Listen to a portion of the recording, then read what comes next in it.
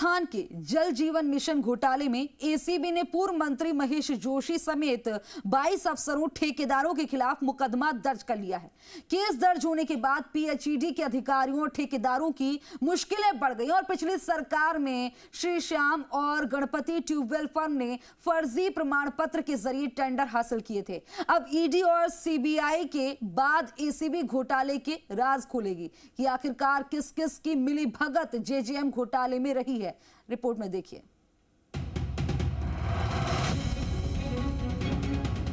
प्रदेश के जल जीवन मिशन में 2100 करोड़ के घोटाले में एसीबी शिकंजा कसेगी। जेजेएम में एसीबी ने पूर्व जलदाय मंत्री महेश जोशी के समेत 22 अधिकारी, ठेकेदारों और प्रॉपर्टी व्यवसायियों के खिलाफ केस दर्ज किया है। एसीबी ने इन सभी के खिलाफ 409, 466, 467, 471, 477 ए 120 धाराओं में मुकदमा दर्ज किया है। कांग्रेस राज में केंद्र सरकार की उपक्रम इरकॉन कंपनी के नाम पर फर्जी प्रमाण पत्र बनाए थे, जिसमें फर्जी दस्तावेजों के जरिए 900 करोड़ से ज्यादा का काम किया। ACB DG doctor Ravi Prakash Mehrada ने कहा कि सरकार के 17A की परमिशन मिलने के बाद एफआईआर दर्ज की गई है। मामले की जांच की जा रही है। जिन और लोगों के नाम सामने आएंगे उन्हें भी एफआईआर में नामजद किया जाएगा। कुछ अन्य लोग हैं, उनकी स्वीकृति के लिए सरकार को रिमाइंडर लेटर लिखा जाएगा।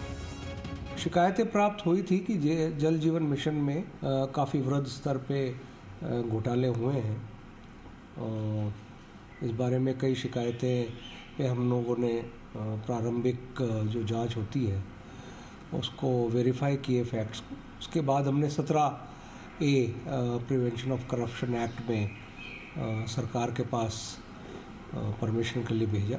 वो परमिशन 22 लोगों की आई, उस पर हमने प्रकरण दर्ज किया है। अब विस्तृत रूप से तफ्तीश की जाएगी। जेजेएम घोटाले में पीएचडी एक्सीएन विशाल सक्सेना ने ईडी की पूछताछ में बड़े राज उगले हैं। एसीबी के दर्ज मुकदमे में ईडी की रिपोर्ट का जिक्र है, जिसमें विशाल सक्सेना ने ईडी में बयान दिया कि एक्सीएन संजय अग्रवाल, सीई दिनेश गोयल बड़े टेंडर मैनेज करते थे। कारोबारी संजय बडाया पूर्व मंत्री जोशी के लिए फंड एकत्रित करता था। टेपन गुप्ता, नमन गुप्ता, किशन गुप्ता बडाया की मदद करता था। एसीएस सुबोध अग्रवाल के लिए एसीई शुभांशु दीक्षित फंड एकत्रित करते थे। आरएएस गोपाल सिंह ने श्री श्याम और गणपति ट्यूबवेल फर्मों की सकारात्मक रिपोर्ट का दबाव बनाया। खुद के बेटे को नागौर संबंधी काम दिलवाने के लिए भी कहा। एसीबी इन आरोपों की भी जांच करेगी। पूर्व पीएचडी मंत्री महेश जोशी के खिलाफ एसीबी ने मुकदमा दर्ज किया है। इसके अलावा प्रॉपर्टी कारोबारी संजय बडाया, तत्कालीन वित्तीय सलाहकार सुशील शर्मा, चीफ इंजीनियर दिनेश गोयल, तत्कालीन ACE R K Meena, retired ACE Arun Srivastava, ACE Paritosh Gupta, AC Niral Kumar, AC Vikas Gupta, MP Soni, Bhagwan Sahay Jaju, Jitendra Sharma, XEN Vishal Saxena, Ganpati tubewell firm का मालिक Mahesh Mittal, Ganpati tubewell firm, Shyam tubewell firm का मालिक Padamchand Jain, Shyam tubewell firm, Mukesh Pathak, private व्यक्ति किशन गुप्ता, टेपन गुप्ता, नमन खंडेलवाल के खिलाफ एसीबी ने नामजद मुकदमा दर्ज किया है।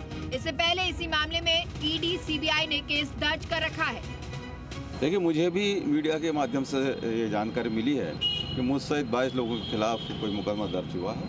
मैंने अभी तक एफआईआर देखी नहीं है। एफआईआर देखने के बाद ही मैं कुछ कह सकता हूँ।